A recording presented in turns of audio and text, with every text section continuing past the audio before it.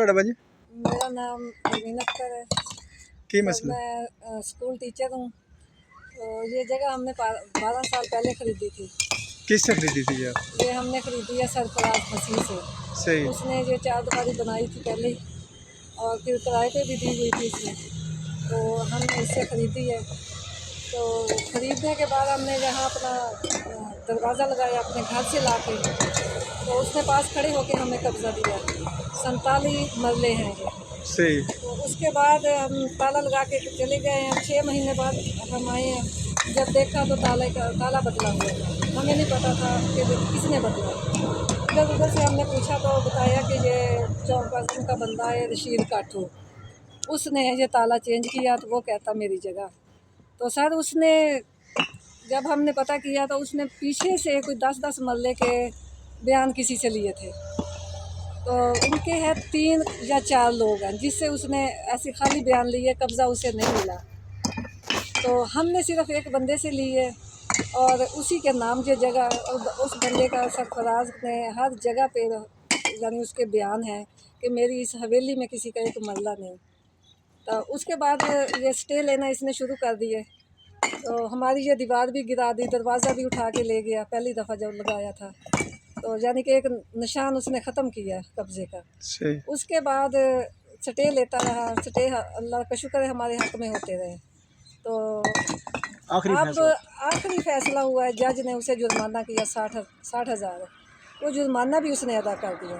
लेकिन उसके बावजूद हम जब भी आते ये तमीर करने, तकरीबन 2 दफ़ा हम ये दीवार बना चुके हैं, जब भी तमीर करने आते हैं तो वो बंदे लेके आके मुझे हरासा करता है। साल पहले भी मैं आई थी, उस वक्त मैंने ये दीवार बनवाई, ये फ्रंट की 7 मरले मेरे नाम है। तो उस वक्त भी इसने हरासा किया। लेकिन ये है कि हम कोई प्रूफ नहीं उसके खिलाफ ले सके, यानी वीडियो वगैरह नहीं बना सके। उस वक्त तो मेरे पास अनवर शाह मीडिया वाला वो भी आया था, उसने मेरी क्या बयान लिए हैं। उसने कहा हम हक़ पे हैं।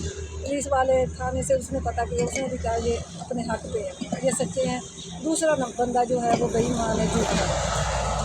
तो उसके बाद सर उसने स्टे ले लिया था। हम फिर खामोशी से बैठ गए। चलो अब आखिरी फैसला उसके खिलाफ आ गया। आखिरी फैसला तवान भी उसने दाग कर दिया। तवान दाग करने के बाद फिर वो आपको धमकियां लगा रहे हैं, वो आपको प्लाट खाली करेगा कह रहा है। फिर आए अपने बेटे को, आज हम आए हैं बनाने के लिए, क्योंकि जब हर तरफ से क्लियर हो गया फिर हमने ये कदम उठाया।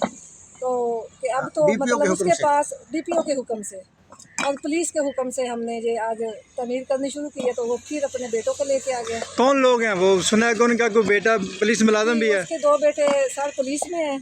तो क्या नाम है उनका? एक रावल रशीद है इसका नाम, एक का नाम असद रशीद है। आज उससे उसके बेटे से मैंने बात करने की कोशिश की, उसने बहुत बदतमीज़ी की मेरे साथ। तो उन्होंने हमारे हम इधर हमसायों के घर गए हुए थे, दीवार बना रहे थे हमारे ये मिस्त्री मजदूर।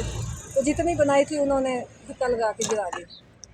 तो जब हम वापस आए हैं तो ये भी साइड पे हो गए थे मिस्त्री मजदूर। अब आप RPO को, DPO साहब को क्या कहना चाहेंगे? मैं DPO को यही कहना चाहती हूँ कि आप हमारा साथ दें। हक सच, हम अल्लाह का शुक्र है हक पे हैं, सच पे हैं। तो 12 साल हो गए हैं, हम इसीलिए उसके हर केस का जवाब देते रहे और हमारे हक में केस हुआ। तो अब हमें इंसाफ चाहिए और उनको सज़ा होनी चाहिए। गलत लोगों को हमेशा अगर सज़ा मिले तो दूसरे भी फिर ये ऐसा कदम नहीं उठाएंगे। इसलिए मैं दरख्वास्त करती हूँ DPO साहब से।